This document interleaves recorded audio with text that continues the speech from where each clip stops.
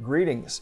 Welcome if you're new, welcome back if you're not. And this is the fourth in the four-part series. Well, it started as a three-part series on chord durations and scalar.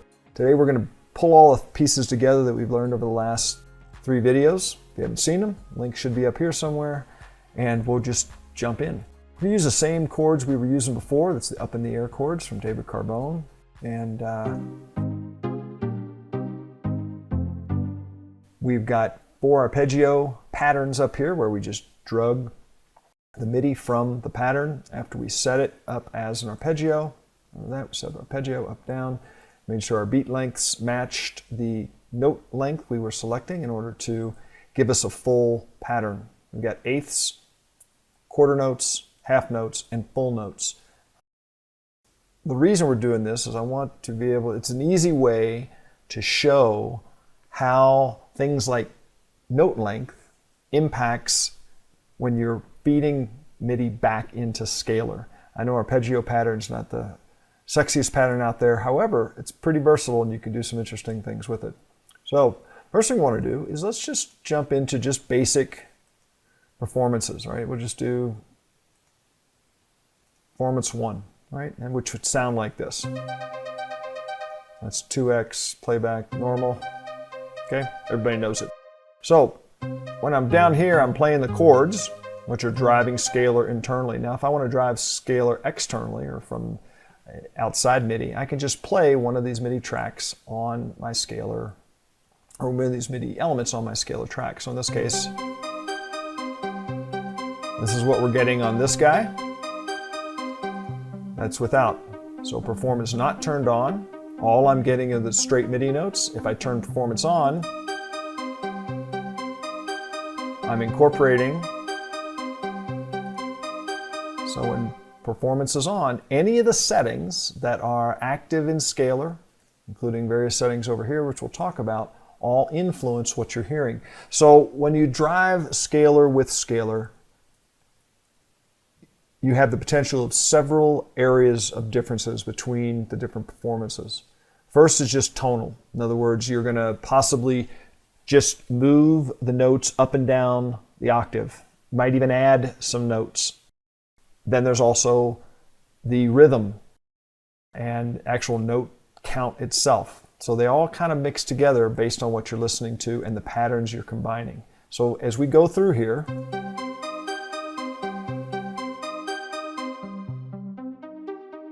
you'll notice nothing is bound.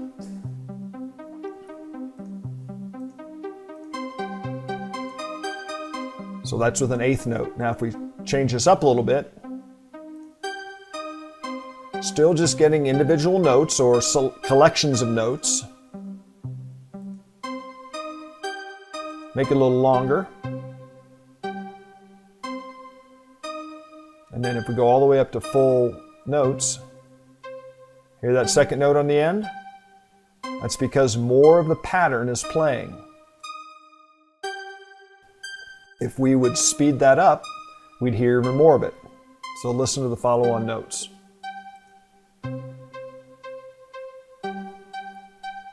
That's because we are playing the performance faster than normal, and therefore it gives us access to more of the notes in the pattern. This is important to understand because as you start playing with patterns, the length of the pattern, or I should say the density of the notes, is going to determine or influence what one pattern does to another pattern. All right? Probably clear as mud, but we're getting there. So let's go ahead and just play some of these through some example performances. And we'll just pick this guy, for example.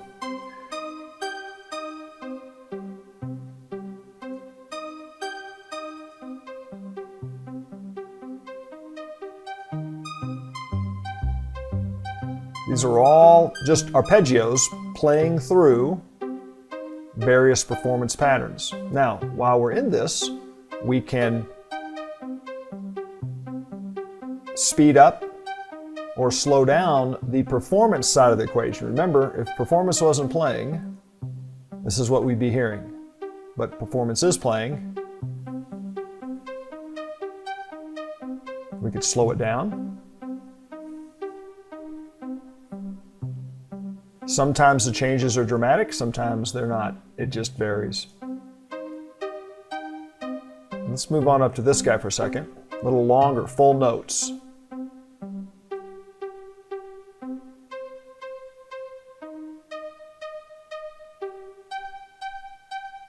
Then we speed that up to double time.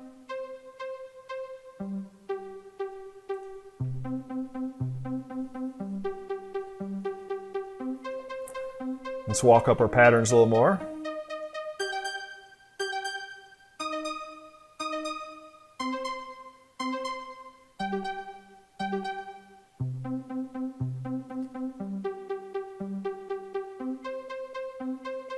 All right, so again, we're driving scalar perform modes with, in this case, existing scalar MIDI. So what happens if we don't use arpeggio? Let's say take something else.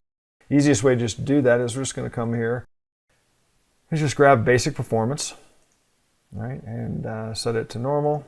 And if we play it, that's our good old basic one. So let's go ahead and grab 3 of these chords. Make sure we're set to 4 beats. We're going to drag these up to here. Right. So now when we play those, now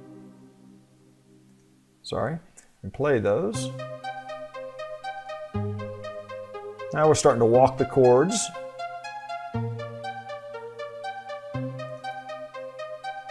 Now, what's going to happen when I turn on basic performance in this situation?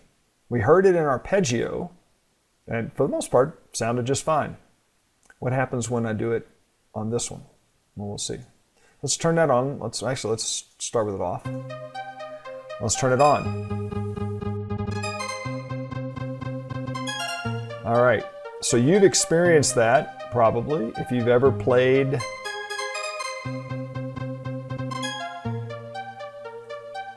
a scalar pattern with perform still on.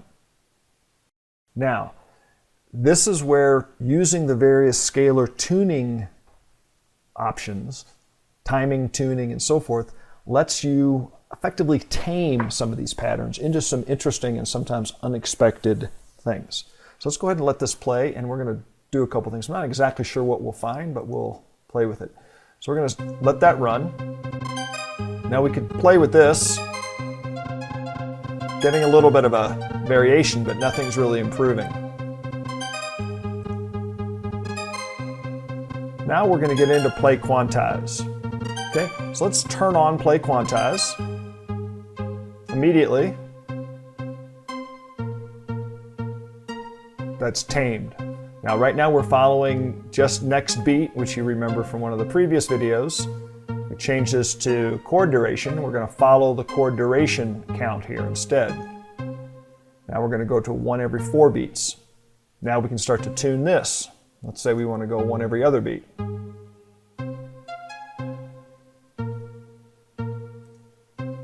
Go to 1 beat.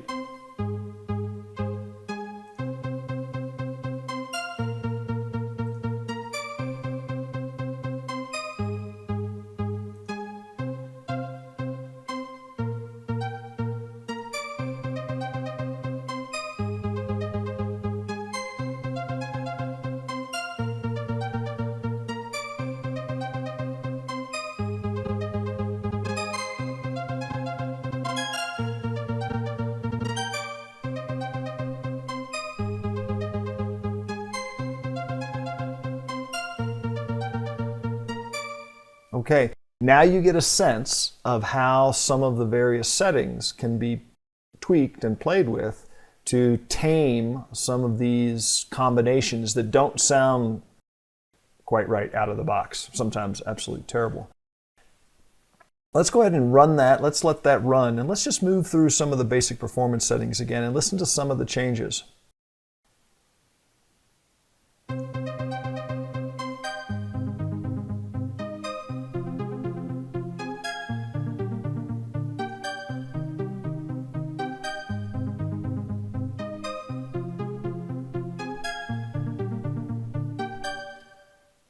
There's something just as simple as going from a basic performance 1 to basic performance 2 while your play quantize is turned on and just playing with the resolution of the performance. Not the quantize, but the actual speed at which the perform side of the equation is playing.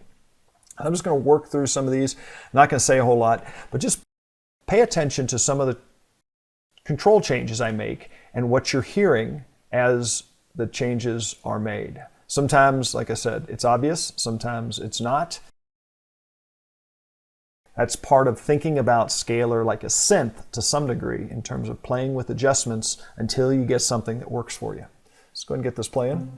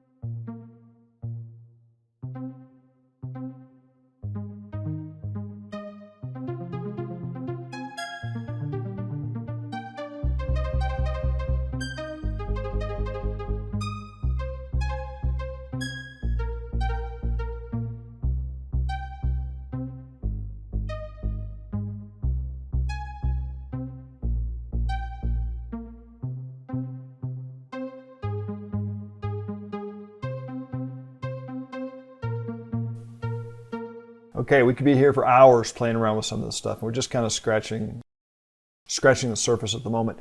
Let's go ahead back to performances, and let's jump down into Espressivo.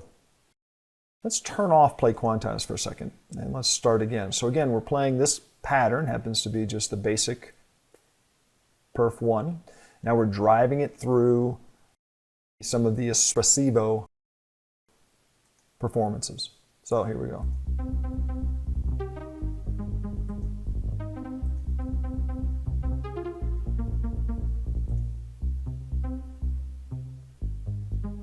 In this case, we're going to need to use play quantize to tame some of those overlapping notes. You'll find sometimes, however, that play quantize is not necessary. You can actually do it with just tuning playback speed. Let's move on.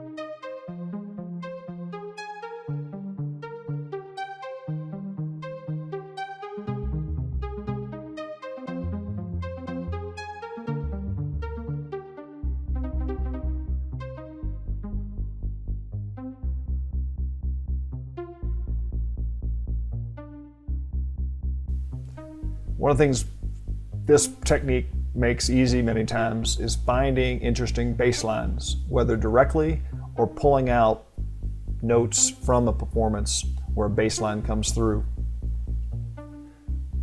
You'll notice that some of the performances also have some built-in swing to them.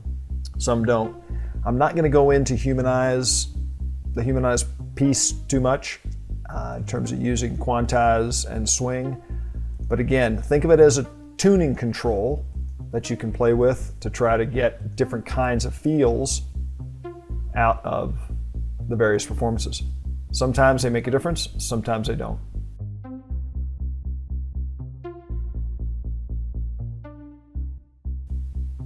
Turn that off, move this through.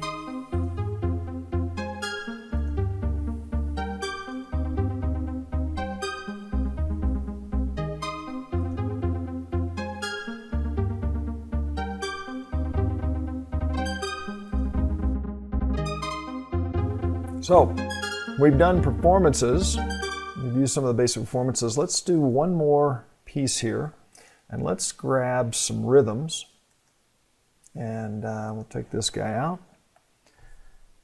Let's move on to maybe, let's see here, how about this guy. Slow that down a little bit.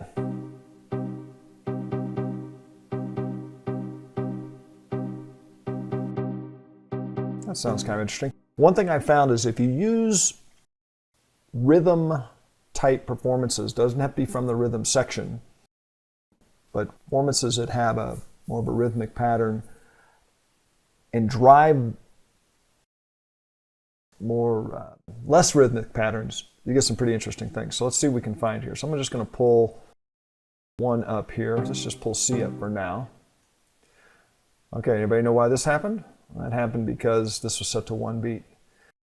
One thing to remember when you start playing around with this stuff, there's a lot of different settings you can forget about. You can forget are turned on and so forth, and you're getting things you're not expecting. So just get in the habit of double checking things. So in this case, we'll grab 4 beats. It's going to give us what we want. We slowed it down, so it's a little slower rhythm. Now, when we drive this into other performances, let's try some phrases for a minute.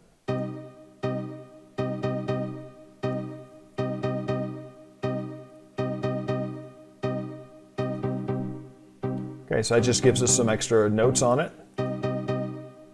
Let's move through the phrases a little bit. There you go. It's kind of interesting. Not what we had before.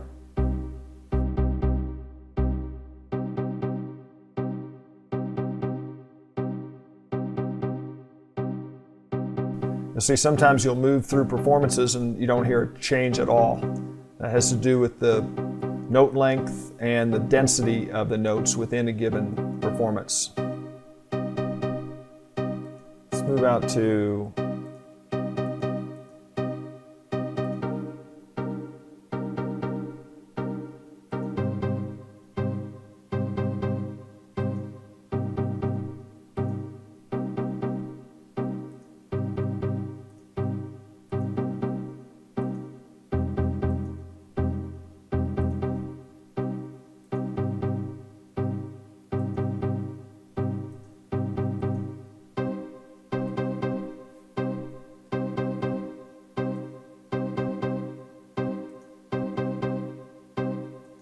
melody.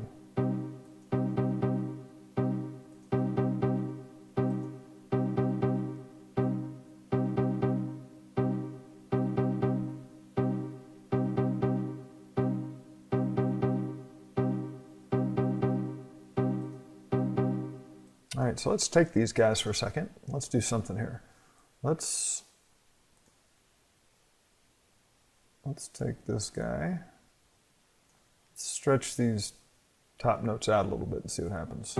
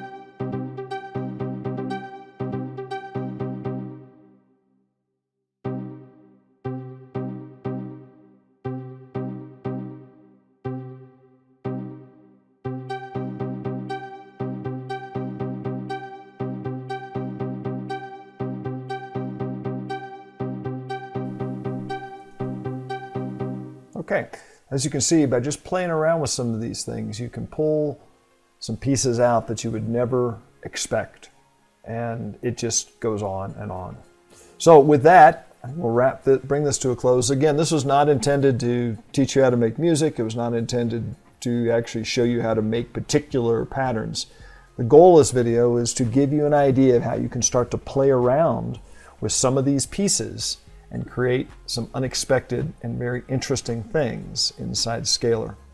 Feel free to leave questions in the comments. I'll be happy to answer them the best I can. I'll probably will be adding some additional playback type videos, but just doing nothing but demonstrating combinations of these settings.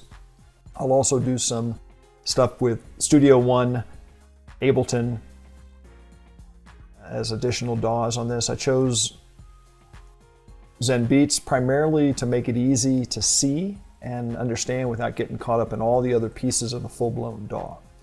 So again, thanks for joining us. Look forward to the next one.